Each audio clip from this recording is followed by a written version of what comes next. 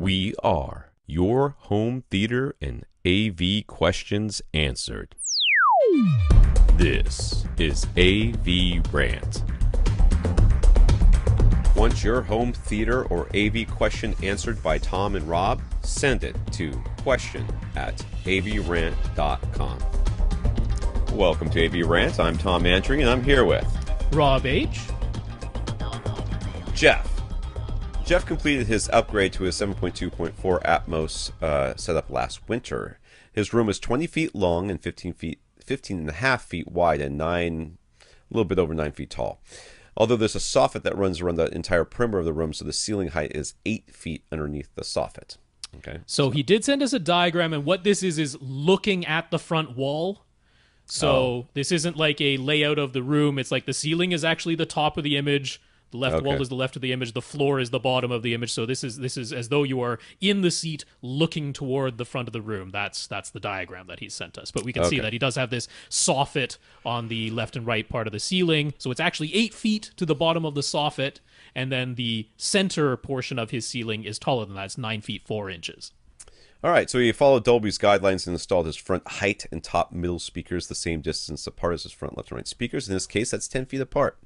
So what he's finding is that top middle speakers don't really sound like they're directly overhead. They're so far apart, they end up being about 45 degrees to either side of his primary seat. The fronts of the Ascend CR2s and the front heights and top middles are Ascend HTM 200 SEs. There's a lot of crawling around in his attic and going up and down a ladder to install the top middle speakers, so it's a trivial thing for him to move them or experiment with their placement. On top of that, he has acoustic treatments on the ceiling in the form of 2-foot squares.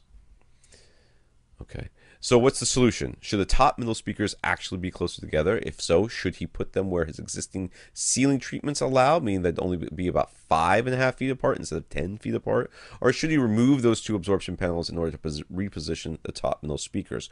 Could anything else he could do to improve his Atmos sound? Let me look again.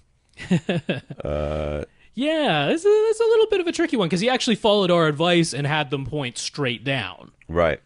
And he's like, okay, they're up there, but I'm not getting what I've described several times, which is if you have the top middle speakers, that they tend to be the most noticeable of any of the overhead positions as like, hey, that's directly above me. That he chose them because he wants that effect. He's like, I know myself. I want to be able to tell that sound is coming from straight above me. Right? So totally fair enough. Followed our advice, unfortunately not giving him the results that he was hoping for. Well, I would try angling them. I hate to say it. That's the first. That's the first thing I would do before I even thought about doing anything else. I would angle them. Yeah. Now, how are you going to do that?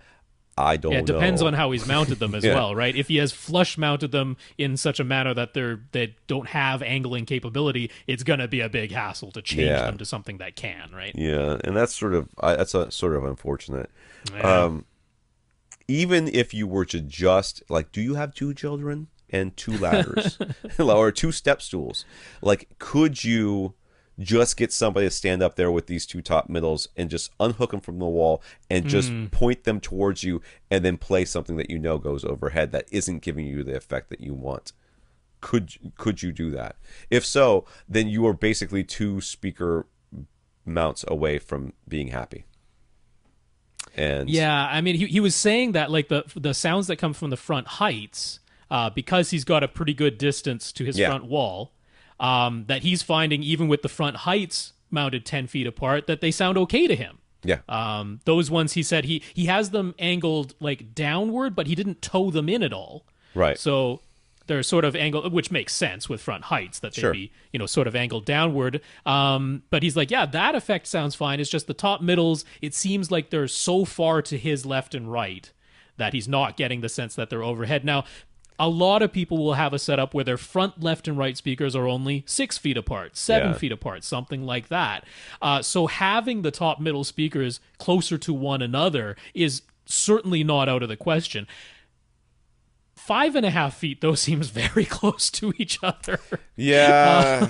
And I totally get it. It's like you already have these nice absorption panels installed. It would mean either taking 2 of them down, which wouldn't be the end of the world. No. But it would either mean taking them down, or it ends up with the top middles are considerably closer together. I would try angling them, dude. I think angling is going to be the solution that you're going to be happiest with. And if you can't, then you're going to have to move them closer together. But Yeah. 5.5 feet is awfully close. Again, I would not do anything without testing it first at this point. Yeah. You don't want to do anything that you're going to end up really regretting. If that means literally just splicing together some more speaker wire off of what you got up there and then moving them over and just hanging them from a hook or something, whatever you're hanging your your absorption panels from, just putting them up there. I don't know how heavy those things are. They might be heavier than that.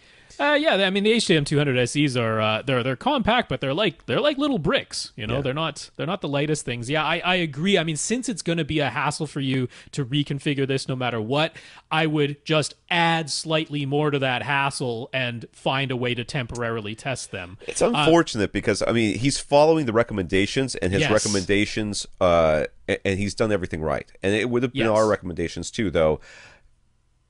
And maybe it was our recommendations, but I often, and I think I've said this on the podcast a number of times, have been recommending people cheat them in a little bit here and there, because especially if you have a big wide screen and you have this like I do, this massive spread. Like my speakers are almost on the side walls, and if if you did Atmos, top middles and they were the same distance apart, they'd be practically on your side walls. Which means I would cheat them in anyways.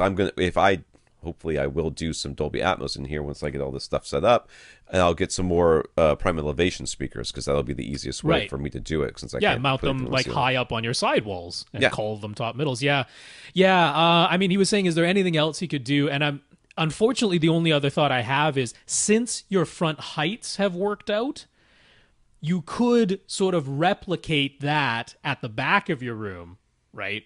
Instead of top middles, you have rear heights or top rears, because you're like, the front heights actually work out, so there's no reason to think that rear heights wouldn't also work out. But then, he's like, obviously he chose top middles because that's where he wants the sensation that it's coming from above him. So really you do need to either angle them at you or get them close together. I would say 5.5 feet is a little bit too close together, which now means taking down those panels, getting them, say, 6.5 feet, 7 feet apart. It's unfortunate. You're actually getting the sound that's kind of intended if you go to a full-size Dolby Atmos cinema. Right. You don't really get the sound like it's directly above me. It's pretty diffuse because they're so high up there. Right. So you're actually going for you've probably got a sound that's quite similar to the full-size cinema. It's just you desire a slightly different sound, which is fine. I totally understand that. But it does mean getting a little bit away from Dolby's recommendations, which they gave to try and recreate what they're doing in their own cinemas. That's how we ended up here.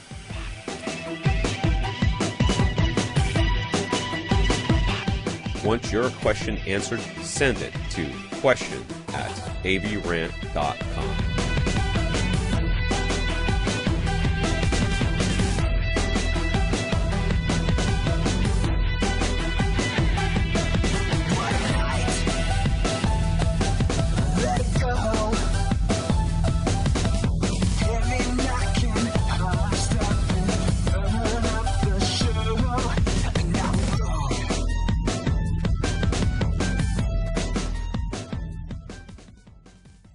This is AVRant. Now go out and listen to something.